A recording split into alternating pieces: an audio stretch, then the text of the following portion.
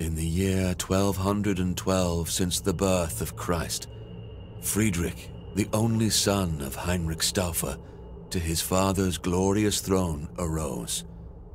By Providence chosen, though only 16 years old, clever and strong, he was a king most bold. Challenges were plentiful, but his judgments full of wisdom. Soon many a vassal, duke, or lord swore fealty to his kingdom. Monarch Roger, a patron to the erudite and all the wise men, every scholar, no matter the faith, was welcomed to his realm. His deeds were glorious, his subjects loved him more and more, his dominion prospered like never before. Soon the rumors were spread from the east to the west about Roger, the ruler of Christians, by God himself blessed. This praise reached Pope Gregory, but he froze, irked by hearing of another man as one God chose. Gregory's envy would lead to consequences most dire. No living soul could save Friedrich from his ire. With excommunication being his only other fate, Roger rode to Palestine on a crusade to save his state. Even with his most trusted knights, a dangerous proposition. Journey long, perilous and exhausting, a truly risky mission. Many a good man dead due to illness or fatigue. That was the true terror of the Pope's intrigue. One day a desert storm came, raged and refused to wane, threatening to end both their lives and the campaign.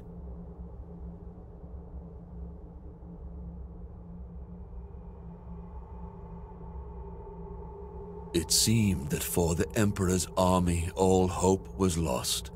Sentries were ordered to find shelter, no matter the cost. At the last moment, the group's scouts spotted a cave. Though ominous and sinister, they must choose to be brave. Roger's men entered the grotto with uneasy feel, making camp in surroundings that were most unreal. Days went by, the storm unwavering, no sign it would clear. Friedrich and his chosen explored their shelter without fear.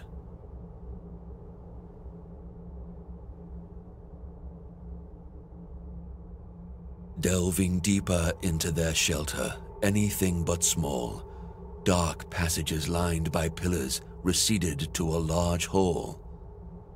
Friedrich and his company were men loyal and seasoned, but in their hearts was dread which could not be reasoned. Architecture meant not for living men, vast and bold, perhaps chiseled by some mysterious giants of old. Distracted from his reverie by a glimmer of light, Roger saw a part of metal buried in the sand upright. A machine, a gate, centuries old, with it he must return. What trove of lost knowledge from it could he learn? Friedrich, albeit short on time, researched that device.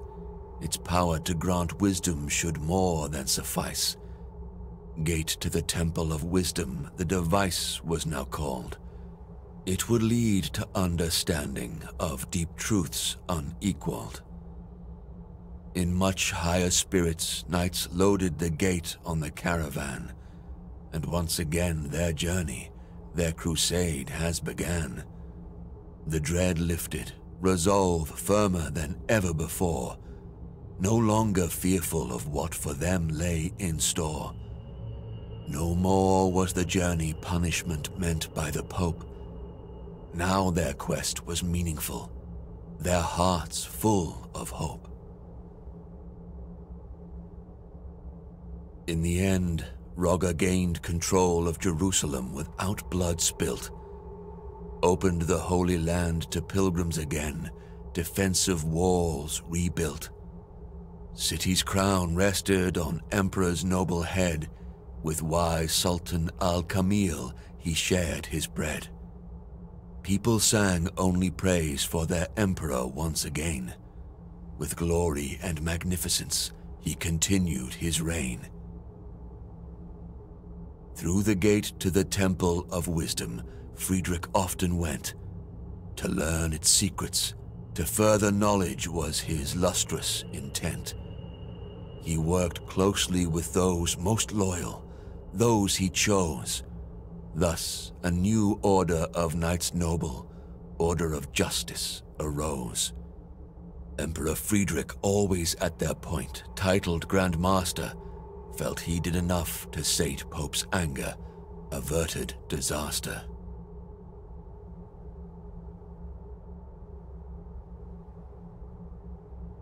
But to Gregory's ears were whispered rumors terrible, stories about a deal with the devil and lies unbearable, about how Rogger's order was built to conceal a devil's gift, and since the Pope believed it, it caused an irreparable rift. Not long before the Emperor was excommunicated, by all the people of faith, he was to be isolated. Residents of Jerusalem who just a year ago called him their savior, now cast him out, the Pope to blame for this behavior. The Emperor by this iniquity was aback taken. All the Pope's intrigues left him quite shaken. When he finally retreated to Italy and his throne, he lived for his order of justice and his land alone.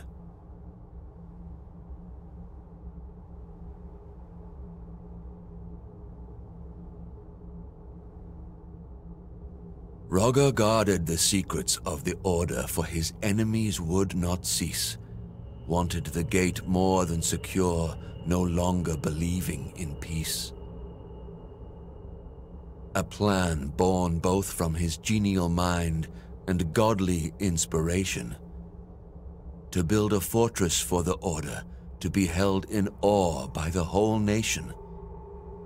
To the castle's construction, he devoted his life.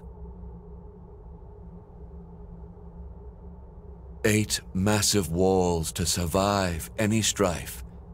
8 watchtowers with windows peering over the countryside. Eternally guarded by 8 men most loyal and eagle-eyed. 8 sides to the courtyard for the men to meet and rest. In the middle of it all, an 8-sided podium protected best. On this podium, the gate to the Temple of Wisdom was erected. By all the knights, not to be worshipped, but to be respected.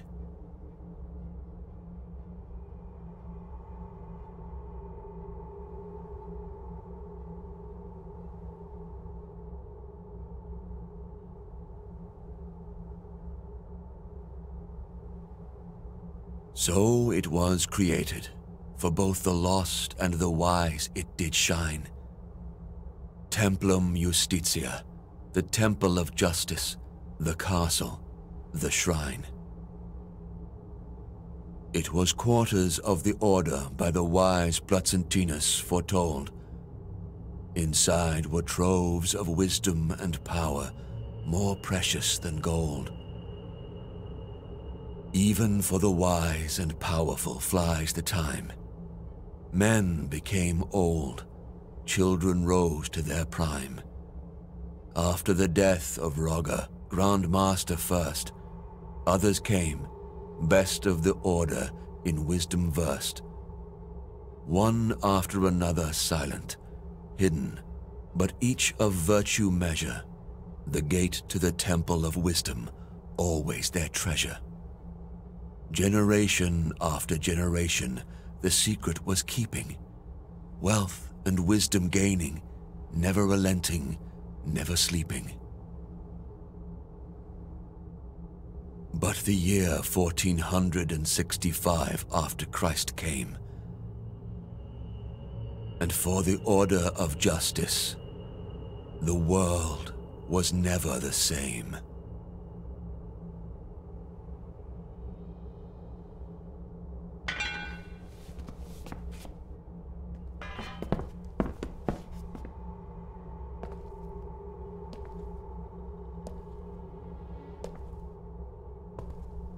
There he is! Look up! In the window, across the room! Get him!